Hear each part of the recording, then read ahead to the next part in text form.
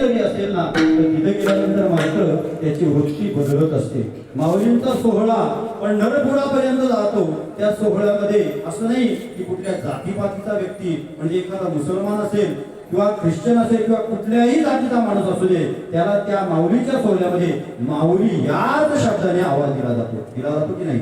म्हणजे त्याच पद्धतीनं का तर ती भूमी तशी पवित्र आहे त्यामुळे त्या ठिकाणी त्या गोष्टी आपोआप घडत जातात. कशाही वृत्तीचा माणूस असेल आणि आळंदीमध्ये पंढरपूरमध्ये जर गेला ना तर आपोआप त्याच्या वृत्तीमध्ये थोडासा फरक आपल्याला जाणवेल. यात त्यांची देखील शंका नाही. तसंच बर्वे म्हणण्याच्या पाठीमागे एक कारण असं आहे की हे वाळवंट पर्व आहे म्हणजे काला हे कर्म करण्याकरता ती जागा योग्य आहे. दुसरं नीट शब्दाचा अर्थ आहे वाळवंट हे सरळ आहे. आपण भक्ती मार्गाचा जर विचार केला तर अनेक वाटा आहेत त्या मार्गामध्ये जाण्याकरता. पण इतर वाटामध्ये जर आपण गेलो ना तर आपण अडखळून पडू मध्येच गुंता येईल. पण या वाटेने जर गेलो पंढरीची वाट आहे नीट म्हणून पंढरपूरला जायचं म्हणजे भक्ती मार्ग हा सगळ्यात सोपा मार्ग आहे. आणि नीट मानण्याच्या पाठीमागे एक कारण आहे. बर्वे नीट उत्तम म्हणण्याच्या पाठीमागे एक कारण असं आहे की या ठिकाणी जो काला आपण वाटणार आहोत किंवा या पंढरपूरच्या वाटेला गेल्यानंतर माणसाला खऱ्या अर्थाने कल्याण कशामध्ये हे मात्र त्या ठिकाणी कळतं. त्यामुळे तो मार्ग उत्तम आहे. म्हणून महाराज म्हणताय तुका म्हणे वाळवंट बर्वे उत्तम या अभंगाचं या थोडक्यात वेळामध्ये बोलण्याचं चिंतन करण्याचा प्रयत्न केला. आता खऱ्या अर्थानं काल्याचा जो विषय आहे तो म्हणजे भगवंताचं चरित्र आपल्याला सांगायचे.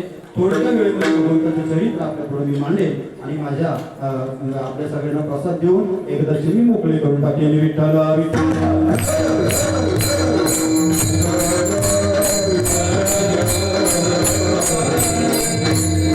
भगवान परमात्म्याने दोन अवस्थेमध्ये चरित्र केलं. हे जसे चरित्र केले नारायण भगवान परमात्म्याचा अवतार झाला मथुरेमध्ये.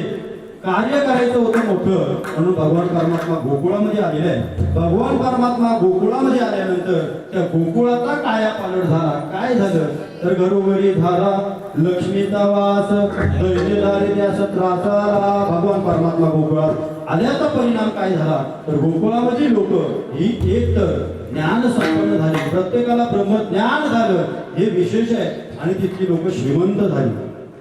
आता बोलू का आता एवढ्या महिला वर्ग बसलेले आपण मार्गशीर्ष महिन्यामध्ये काय करतो गुरुवारची पोथी वाचतो. ती पोथी वाचतो आपण. मला तरी वाटतं वयाच्या 16व्या वर्षापासून आपल्या ह्या बहिणी आहेत हा तो व्रत करायला सुरुवात करतात. 16व्या वर्षापासून तर 80व्या वर्षापर्यंत काही म्हाताऱ्या सुद्धा त्या लक्ष्मीच्या पोथीचा जो रोज आहे तो आपण पूर्ण करतो. बरोबर की नाही. आणि आपण शेवटच्या गुरुवारी काय हो लक्ष्मी मातेला प्रार्थना करतो हे लक्ष्मी माते आमच्या घरामध्ये तू काय कर ये वास्तव्य कर. बोलतो की नाही त्या लक्ष्मी मातेला बोलावतो. तुम्हाला सांगू का तुम्ही 16 वर्षाच्या असल्यापासून 80 वर्षाच्या म्हाताऱ्या जरी झाल्या आणि म्हाताऱ्या होऊन मेल्या जरी ना तरी लक्ष्मी मात्र तुमच्या घरी येऊ शकत नाही. तुम्ही म्हणाल आम्ही जन्मल्यापासून हे व्रत करतो आणि हा कोण आला आम्हाला शहाणा सांगायला की तुम्ही मेले तरी पण तो लक्ष्मी माता तुमच्या घरी येणार नाही. त्याचं एक कारण सांगतो. आता या सगळ्या माता माऊली माझ्या समोर बसलेले. आता ह्या आईला जर सांगितलं की आई तुम्ही माझ्या घरी चला आमच्या घरी पूजा आहे. ती पूजा झाल्यानंतर तुम्हाला मी एक लुगडं देईल तुमची मस्तपैकी मी ओटी भरील. ती माऊली लगेच येईल हो माझ्यासोबत. ती नाही येणार. ती माऊली सांगेल मला माझ्या पहिल्यांदा शेतात गेलेला जो पती आहे ना त्याला घरी येऊ द्या त्याची परवानगी घेते आणि मग मी तुमच्या सोबत मला तुमच्या घरी येऊ शकते. मी तशी येऊ शकत नाही. मग तुम्ही सांगा जगन्य त्या परमात्म्याची पत्नी असलेली लक्ष्मी माता आहे. तिला आपण सांगतो लक्ष्मी माते तू आहे. तो देवाला कधी बोलवलं का आपण देवाला कधी बोलवत नाही. जर त्या देवाला जर आपण बोलवलं नाही तर ती देवी येणे शक्य आहे का कधीच येऊ शकत नाही. म्हणून मी सांगितलं की तुम्ही लहानपणापासून त्या लक्ष्मीची पोथी वाचता म्हातारे झाले तरी सुद्धा ती लक्ष्मी तुमच्याकडे येऊ शकत नाही. त्या लक्ष्मी मातेची ज्यावेळेस पोथी वाचतो आपण 4थ्या गुरुवारी त्या लक्ष्मी मातेला प्रार्थना करायची. हे लक्ष्मी माते आम्ही तुला प्रार्थना करतो तू काय कर माहितीये का वेगी आणावा तो हरी मदरिना ते उदारी. त्या लक्ष्मी मातेला प्रार्थना करायची की तू त्या देवाला पाठवून दे. तुम्हाला एक सांगू एकदा तो परमात्मा आला ना मग त्याच्या पाठोपाठ ही लक्ष्मी माता येत असते. कारण पाय लक्ष्मीच्या हाती तिसी येतो का कुळती ती लक्ष्मी माता देवाला प्रार्थना करते, देवा पत्नी म्हणून नाही पण एक दासी म्हणून तरी तू माझा स्वीकार कर. मग तुम्ही सांगा, ही लक्ष्मी ज्याची दासी आहे तो भगवान परमात्म्याला बोलवायचं तर त्या दासी असलेल्या लक्ष्मी मातेला बोलवायचं. विठ्ठल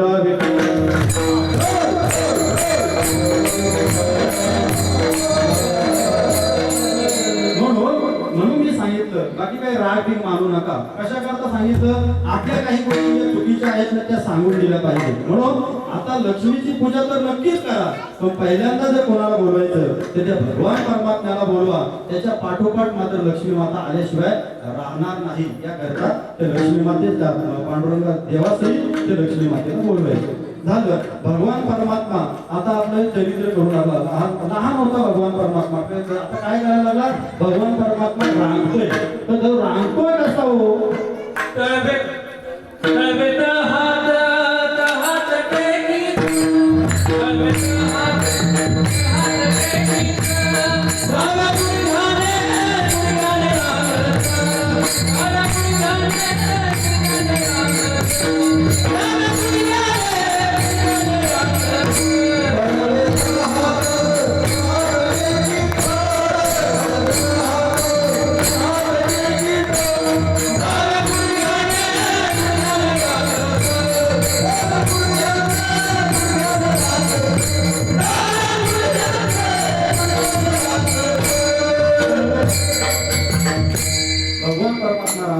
तळवी हात टेकीत डाव्या गुडघ्याने रांगत रांगत रांगत भगवान परमात्म्याने आपल्या चरित्राला सुरुवात केली. भगवान परमात्म्याने 2 अवस्थेमध्ये चरित्र केलं. मी सुरुवातीला सांगून गेलो, रांगता गोधरी राखीता हे रांगताना भगवान परमात्म्याने चरित्र केलं. तुम्ही रांगताना कोणतं चरित्र केलं, तर एक वेळ झालं असं, भगवान परमात्मा रांगत असताना त्याचं झालेलं एक चरित्र. एकदा भगवान परमात्मा खूप घोड्या काढायचा, आईला खूप त्रास द्यायचा. म्हणून आईने काय केलं, अंगणामध्ये 2 झाडं होती आणि त्या झाडांना नेऊन भगवान श्रीकृष्णाला बांधण्याचा प्रयत्न केला. देवी त्या यशोदा मातेने भगवंताला बांधण्याकरता दोरी घेतली. तो भगवंत होता, तो असा तसा हाताला येण्यासारखा आहे. तो किती जरी दोरी मोठी घेतली ना तरी भगवंत मात्र त्या दोरीने बांधला जात नव्हता. शेवटी आई सुद्धा कंटाळली आणि भगवंताला सुद्धा वाटलं आता 12:30 वाजून गेले, अजून किती उशीर करायचा. म्हणून भगवंताने स्वतःला बांधून घेतलं आणि बांधून घेतल्यानंतर आई आपली घरात गेली आणि ती तिच्या कामामध्ये व्यस्त झाली. ती तिच्या कामामध्ये व्यस्त झाल्यानंतर तिला आठवणच राहिली नाही की आपण भगवंताला बाहेर बांधलेले. तिला आठवण न राहिल्यामुळे ती सगळीकडे कृष्णाला शोधते. आणि कृष्ण गेला कुठे, माझा कृष्ण कुठे गेला, कोणी त्याला पाहिला का, पण तिला काही त्या कृष्णाचा शोध लागला नाही. ती म्हणते, माझा कृष्ण देखिला काय कुणीतरी सांगावे, माझा कृष्ण देखिला काय कुणीतरी सांगावे. हाती घेऊन फुलं, हाती घेऊन फुलं, अंगणी रांगताले मुलं, अंगणी रांगताले मुलं. होते सारवितनी तुलं, होते सारवितनी तुलं, कैसी फूल पडली माझा कृष्ण देखिला काय कुणीतरी सांगावे, माझा कृष्ण देखिला काय कुणीतरी सांगावे. आता ती कृष्णाला शोधण्याकरता फिरते, कृष्ण तिला काही दिसत नाही. झालं असं एखादी वीज चमकावी तसा कडकडाट झाला. बाहेर बघते तर 2 झाडं उन्मळून पडलेली आहेत आणि त्यामधून 2 दिव्य पुरुष बाहेर आलेले आहेत आणि ते भगवान परमात्म्याची प्रार्थना करताय. कोण होते ते, तर ते होते कुबेराचे पुत्र नल कुबेर, ज्यांना विमलार्जुन असं म्हणतात. ते विमलार्जुनाला नारद मुनीचा शाप झाला आणि शाप झाल्याचा परिणाम काय झालं, त्यांना वृक्षरूपाने यावं लागलं. देवाचा स्पर्श त्यांना झाला. देवाचा स्पर्श झाल्याचा परिणाम त्यांच्या जीवनामध्ये त्या योनीतून त्यांची मुक्तता झाली. हे भगवान परमात्मा रांगत असल्याचं चरित्र. त्यानंतर तो भगवान परमात्मा झाला 5 वर्षांचा. 5 वर्षांचा झाल्यानंतर त्यांनी सांगितलं की आता आपल्याला खेळायचंय. मग खेळण्याकरता 2 गट पाडले पाहिजे की नाही. मग एक देवाचा गट आणि दुसरा बळरामदादाचा गट. आता तसे 2 गट महत्वाचे. गावामध्ये सुद्धा विकास जर घडून आणायचा असेल ना तरी 2 गट महत्वाचे.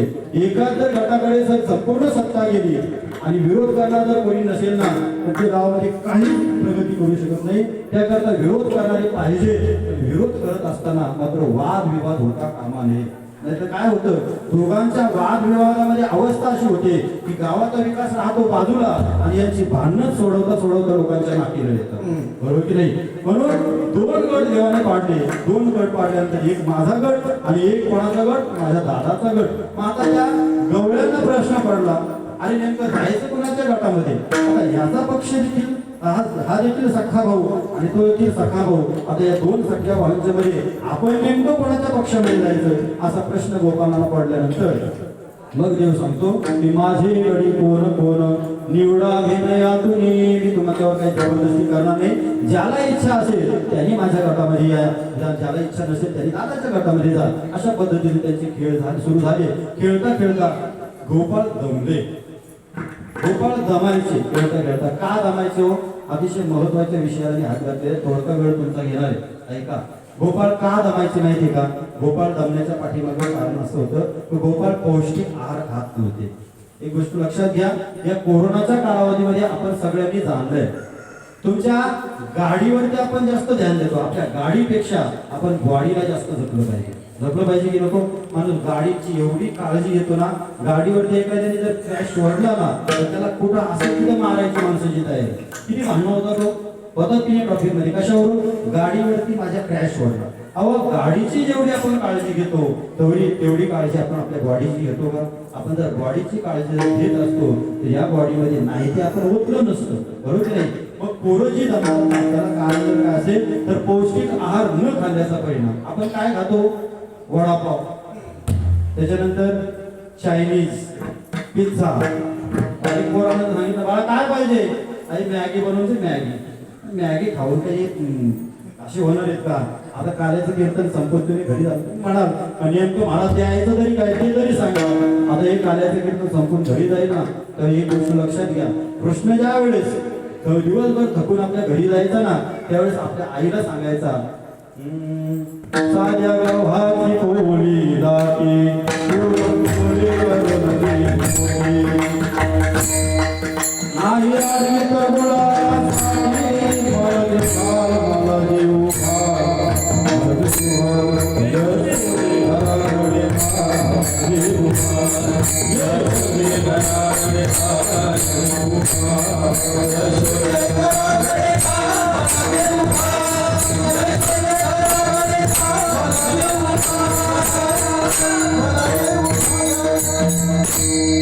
ज्यावेळेस कृष्ण परमात्मा आपल्या घरी जायचा आणि आईला सांगायचा, साध्या गव्हातीला पोळी लाटी पुरण पोळी करून दे मोठी नाही आडवी मुलासाठी मला देऊ घाल यशोदे घराकडे मला देऊ घाल. यशोदा मातेला प्रार्थना करायचा, आई मला पोळी करून दे आणि त्याच्यावरती तूप वाढून दे. आता आपलं काय झालेलं आहे, आपल्याला मस्का लावून रोट्या खायची सवय लागली. तुम्हाला कशी ताकद येईल हो? आता आपण जे तेल घालतो ना शेंगदाण्याचं तेल, ते शेंगदाण्याच्या तेलाचा जर विचार करायचा झाला ना तर 80% त्याच्यामध्ये भेसळ असते. फक्त त्याला वास आपल्याला शेंगदाण्याचा येतो आणि असलं भेसळयुक्त अन्न जर आपण खाल्लं तर आपल्या कशा तब्येत होतील जमतील की नाही? मग पोरांना काय द्यायचं? आपल्या घरात जुनी माणसं बघितली ना, आता तुमच्या गावामध्ये आल्यानंतर सगळे मला पैलवानच दिसायला लागले हो. बरोबर की नाही? सगळ्यांच्या तब्येती बघितल्यानंतर आनंद वाटतो. आता काय झाले, पोरांच्या तब्येती आपल्याला फक्त पावडरी आणि गोळ्या खाऊन सप्लिमेंट खाऊन फुगलेल्या दिसतात, पण ओरिजिनल ताकद नाही. तुम्ही कधीतरी कोल्हापूर साईडला जा. आता आमच्या बरोबर आळंदीमध्ये शिकत असताना एक कोल्हापूरचा पोरगा होता. पोरगा असा एकदम काळी होता, पण त्याने एकदा मारायला सुरुवात केली ना तर 10-12 पोरं तो सहज मारायचा. त्याला किती पण मारा त्याला काही फरक पडत नव्हता. असा तो पोरगा होता. आता आपल्याकडे काय झाले, पोरांच्या बॉड्या दिसत असताना आपल्याला चांगल्या दिसतात, पण आपल्या सगळ्या बॉड्या कसल्या? सप्लिमेंटच्या. थोडासा पळाला ना एखादा पोरगा तर त्या पोराची एकदम नाकातोंडात फ्रेश यायला सुरुवात होते. का? माणसाचं खाणं चांगलं नाही, पौष्टिक आहार नाही, त्याचा परिणाम अशा पद्धतीची अवस्था आपल्या जीवनामध्ये प्राप्त होते. म्हणून माणसाचा आहार चांगला पाहिजे. आता जुन्या माणसाने तो आहार घेतला त्यामुळे त्यांच्या प्रकृती आता सुद्धा एकदम मस्त आहे. मात्र आपली परिस्थिती विचित्र आहे. आता 2-3 दिवसांपूर्वी एक बिल्डरची व्हिडिओ आपण न्यूजला बघितली असेल. अशी बॉडी आहे ना त्याची, बॉडी बघितल्यानंतर आपल्याला असं वाटेल की याला काहीच होऊ शकत नाही, तर सप्लिमेंटचा ओव्हरडोस झाला आणि परिणाम हा तो मेलेला आहे. 2 ते 3 दिवसापूर्वीची ही घटना आपल्या सगळ्यांना माहिती असेल. म्हणून आहार घेत असताना कसा आहार घ्यायचा, फोपशी मारली पाहिजे असं नका आहार घेऊ. आहार घेत असताना जरासं ताकद आली पाहिजे, अशा पद्धतीचा माणसाने आहार घेतला पाहिजे. म्हणून ज्या वेळेस कृष्ण परमात्मा दमून घरी जायचा ना, त्यावेळेस आईला सांगायचं, आई मला अशा पद्धतीचं जेवण पाहिजे. त्यानंतर मग कृष्ण परमात्मा हळूहळू आपल्या घोड्या करायचा. मग त्या भगवंताच्या घोड्या चालू झाल्या. आता घोड्या जास्त वेळ सांगत बसत नाही. आता तुम्ही म्हणत येतच नसते, तू सांगणार काय आपण, याचा थोड्या वेळ ते सांगेन तुम्हाला, जास्त काही नाही. ऐकलंय ना तेवढं तरी सांगण्याचा प्रयत्न करेल. विठाला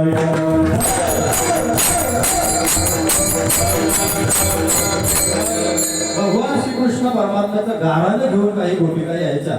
यशोदेला सांगायच्या, यशोदे अगं तुझ्या पोरगाला सांभाळ. माझ्या अंगणामध्ये मी रांगोळी काढली होती, अष्टदाल काढले अंगणे, त्यावर बुटे चक्रपाणी. किती खोडकर असेल हो आपल्या तुमच्या अंगणामध्ये. तर तुम्ही एखादी चांगली रांगोळी काढली आणि एखाद्याचा मुलगा त्याच्यावर येऊन जर टिंब करून गेला, तुम्हाला चांगलं वाटेल का? मस्त रांगोळी काढलेली आणि कृष्ण येऊन त्याच्यावरती काय करतो, मुतून जातो. मग ते डोळे नाही का गाराने सांगायला जाणार. अशा पद्धतीच्या खोड्या कृष्णाला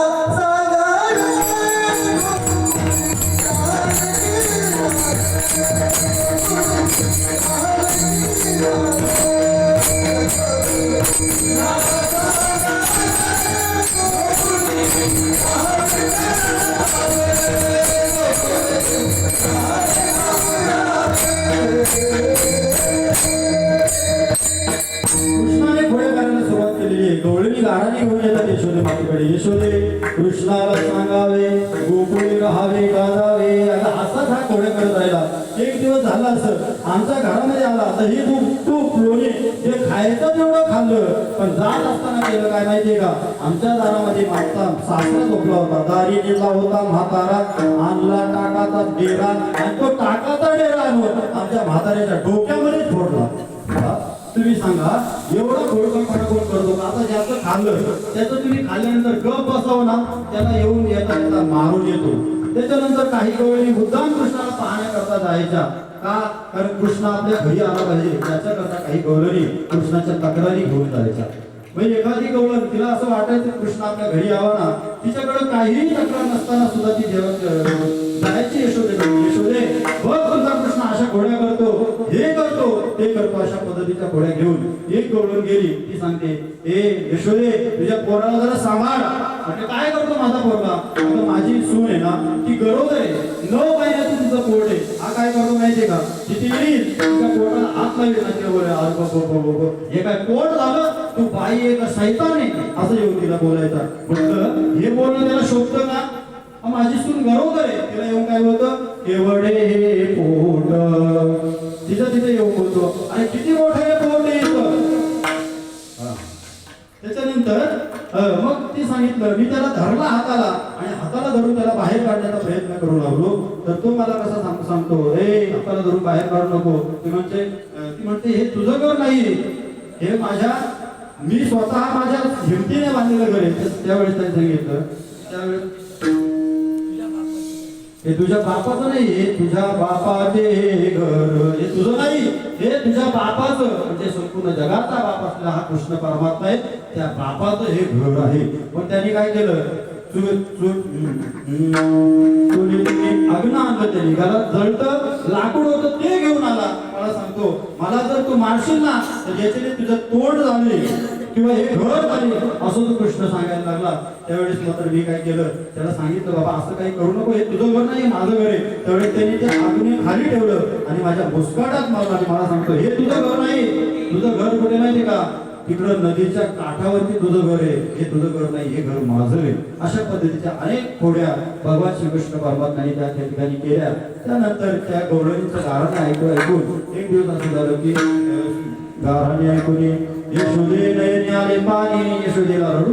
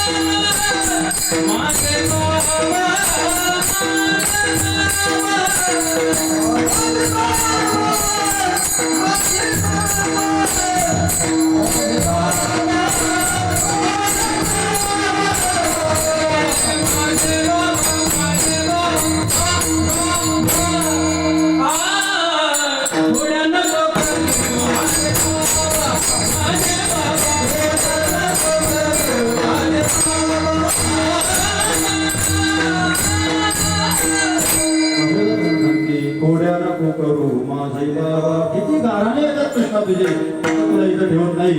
मग त्या कृष्णाला तिथं पाठवायला घेतलं. आता शाळेत म्हणजे त्या काळची शाळा म्हणजे गुरु चालायला त्या कृष्णाला पाठवण्याचा. गाई गोपाळ यमुने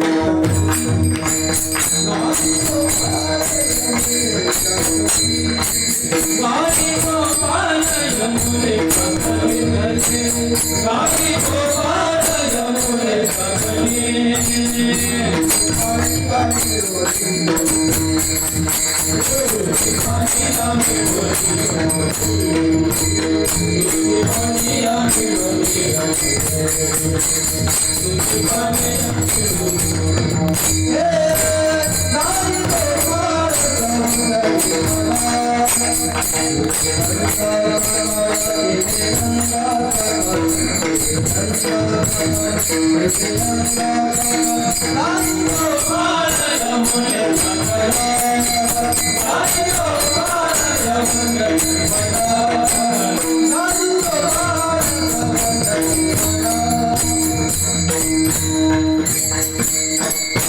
गाई गोपाळ सहित भगवान परमात्मा कुठे गेलेला आहे? आता वनामध्ये गेलेला आहे. आणि त्या वनामध्ये जाऊन भगवान परमात्मा काय करतो त्याचा एक प्रसंग मी आपल्या डोळ्यासमोर ठेवणार आहे. ऐका. गोपाळांना भगवान परमात्मा खूप जीव लावायचा, खूप जीव लावायचा. त्याच्यामध्ये पेंड्या, शिराम्या असे त्या भगवान परमात्म्याचे मित्र होते. त्याच्यामध्ये एक मित्र त्या भगवान परमात्म्याचा होता. त्याचं नाव आहे विठ्ठल.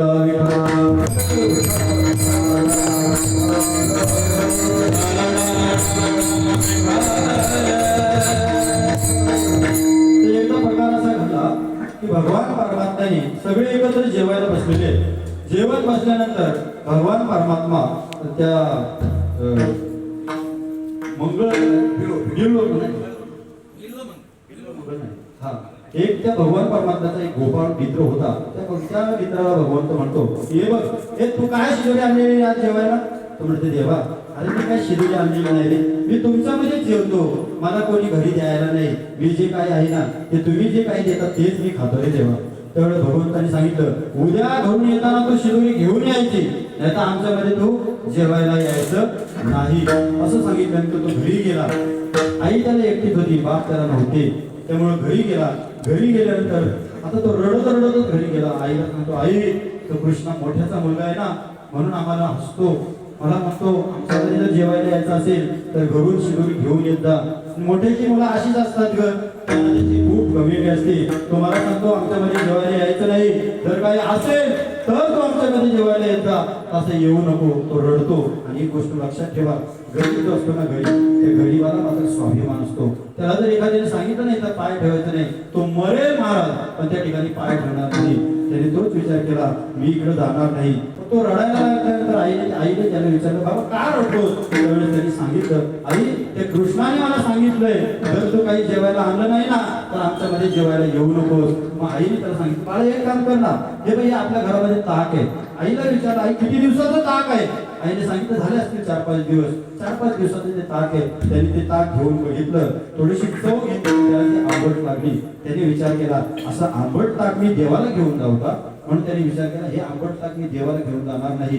पण तो चांगल्या मनाचा होता. त्याने असा विचार केला, हे घेऊन तर जाणार नाही, पण आईला सुद्धा तो दुखू शकत नव्हता. आईला दुखू शकत नव्हता म्हणून त्यांनी काय केलं, ते ताक त्यांनी घेतलं आणि मध्येच एका ठिकाणी झाडाखाली तो जाऊन बसला. झाडाखाली बसला आणि जेवायला देखील तो गेला नाही आणि इकडं घरी सुद्धा राहिला नाही, जेणेकरून आईला सुद्धा दुःख नको आणि तिकडं कृष्णाला सुद्धा वाटायला नको. म्हणून तिथं तो गेला. कृष्णाचं मन टाकायला पाहिजे, बाबा तू जर काय आणलं नाही तर आमच्यामध्ये येऊ नको, असं कृष्णाने बजावून सांगितलं होतं. म्हणून तिकडं सुद्धा गेला नाही. मध्ये एका झाडाखाली बसलेला आहे. सगळे गोपाळ दमले आणि जेवण्याकरता बसलेले. जेवायला बसल्या असताना आता ते जेवायला सुरुवात करणार एवढ्यामध्ये भगवंताची वाट बघत बसले होते. भगवंत त्या ठिकाणी गेला आणि भगवंताने विचारले, का सुरुवात नाही केली अजून जेवायला? म्हटले, नाही केली, तुझीच वाट बघत होतो. भगवंत म्हटलं, ठीक आहे, आपण जेवू. जेवायला भगवंत बसणार एवढ्यामध्ये भगवंताची एक गोष्ट लक्षात आली. काय? त्याच्यामध्ये मधुमंगल त्याचं नाव. ते मधुमंगल मात्र दिसत नाही. असं बघितल्यानंतर देवाने विचारलं, का रे मधुमंगल याच्यामध्ये दिसत नाही? त्यांनी सांगितलं, देवा तो सकाळपासूनच आलेला नाही, तुम्ही काल त्याला जाम बोलले ना तर तू काहीतरी खायला आण, त्याशिवाय आमच्यामध्ये येऊ नकोस. असंच बोलतो, त्याला राग आलेला असेल. आणि राजा कोणाला म्हणतात? आपण म्हणतो ना, कड्यांनो राजा किर झाला, कृष्णस्य वैसेवा राजा नेमकं कुणाला म्हणायचं. आता देवाने विचार केला असता तर जेवायला सुरुवात झाली असती. देवाने सांगितले एकाने सुद्धा एक घासाला सुद्धा हात लावायचा नाही, कुणीच जेवायचं नाही, मी त्या मधुमंगलाला घेऊन येतो. त्यावेळी देव गेले आणि एका झाडाखाली मधुमंगल रडत असलेला त्या ठिकाणी दिसला. देव त्या ठिकाणी गेले आणि देवाने बघितलं की मधुमंगल रडतोय. देव त्या ठिकाणी गेल्यानंतर देवाने त्याला विचारलं, हे मधुमंगला का रडतोस रे? त्यावेळेस मधुमंगल देवाला म्हणतो, देवा जेवून आला शिनारे. मधुमंगलाला देव म्हणतो, नाही देवा. मधुमंगलाला देव म्हणतो, नाही रे मधुमंगला, तुझ्याशिवाय आम्ही कसे देऊ, तू जेवायला आला का नाही? त्यावेळेस ते मधुमंगलाने सांगितलं, देवा तू सांगितलं होतंस काहीतरी घेतल्याशिवाय तू येऊ नकोस. माझ्यासारखं जेवण आण तू सांगितलं होतंस ना, माझ्याकडे ते जेवण नव्हतं, मी कसा एवढे होते तुझ्यासोबत जेवायला?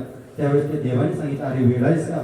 अरे मी बोललो म्हणून एवढं मनावरती घ्यायचं असतं का? म्हणजे तुम्ही बघा, अनुभवा मैत्री काय असते हे देवाने आपल्याला शिकवलं. बरोबर की नाही? देवाचा मित्र आहे. मित्र मित्राला शिव्या देतो, शाप देतो, तर मित्राचा एवढा जीव मित्रावरती असतो. हे कृष्ण परमात्म्याकडून शिकण्यासारखं आहे. तो कृष्ण परमात्मा त्या मधुमंगला सांगतो, हे मधुमंगला तू काय आणलेस? जे आणलं असेल ते दे. मधुमंगला माहित होतं मी जे आणलेले जे ताक आहे ना हे आंबट आहे. मग आता जर देव पिल आणि देवाला त्रास होईल म्हणून त्यांनी काय केलं, ते आंबट असलेले दूध ते ताक पिण्याचा प्रयत्न केला. ते ताक पित असताना अर्ध ताक त्याच्या तोंडामध्ये राहिलं आणि अर्ध ताक मात्र त्या मधुमंगलाच्या अंगावरती सांडलं. तो भगवान परमात्मा भावाचा भुकेला असं का म्हणतात माहितीये? त्या भगवान परमात्म्याने काय केलं, ते वाटीत असलेले जे आंबट ताक आहे ते तर पिलत हो, पण त्याच्या अंगावरती सांडलेलं जे ताक आहे ना ते सुद्धा त्या भगवान परमात्म्याने चाटलेले. याला म्हणतात भगवान परमात्मा. बरोबर की नाही? त्या मधुमंगलाला खऱ्या अर्थाने प्रसाद देऊन त्या ठिकाणी भगवान परमात्म्याने मुक्त केलेले आहे. अशा पद्धतीचं भगवान परमात्म्याचं चरित्र चाललेलं आहे. आणि आता तिथं गेल्यानंतर काय काहीच चालत बसले नाही. तिथं गेल्यानंतर खेळ खेळायला लागले. तर तिथे अनेक प्रकारचे खेळ, हे खेळ मांडला लगोरी, खेळ मांडला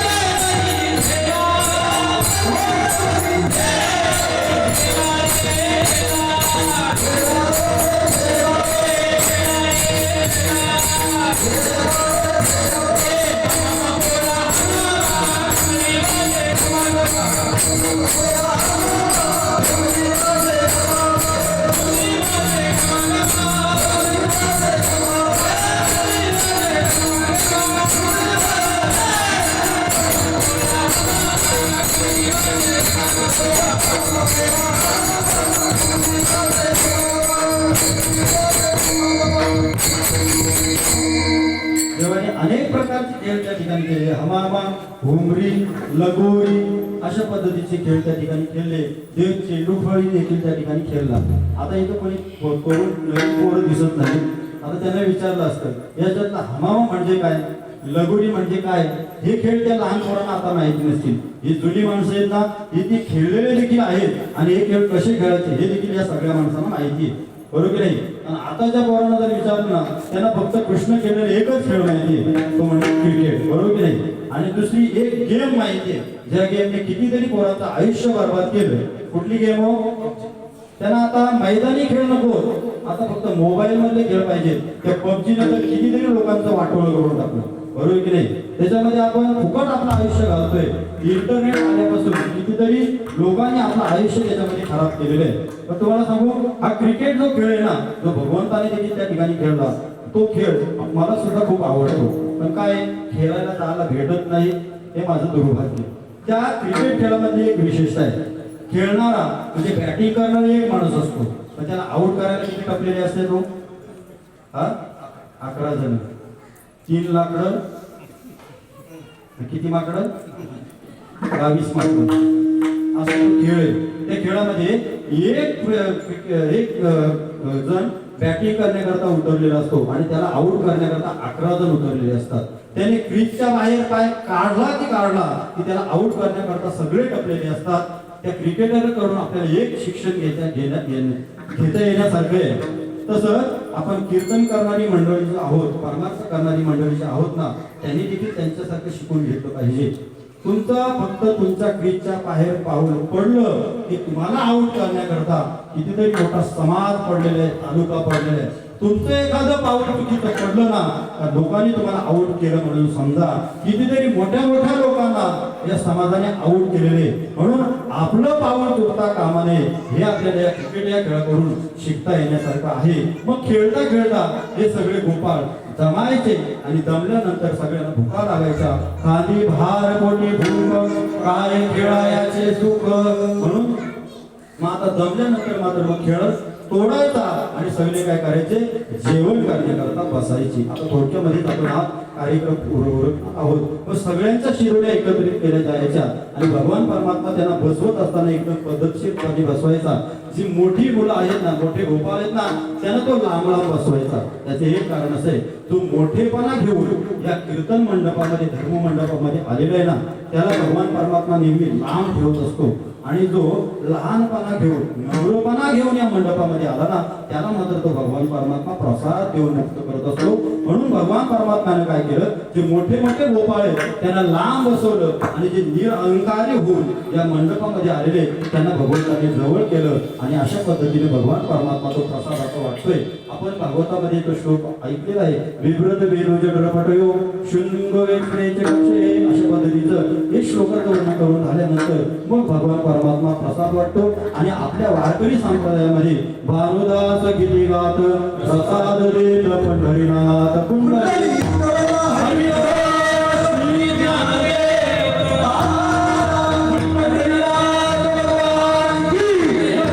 आणि तोच प्रसाद ज्या संत महात्म्याने आपल्याकडे येऊन दिला, त्या संतांचे एकदा भजन करू. ज्ञानेश्वर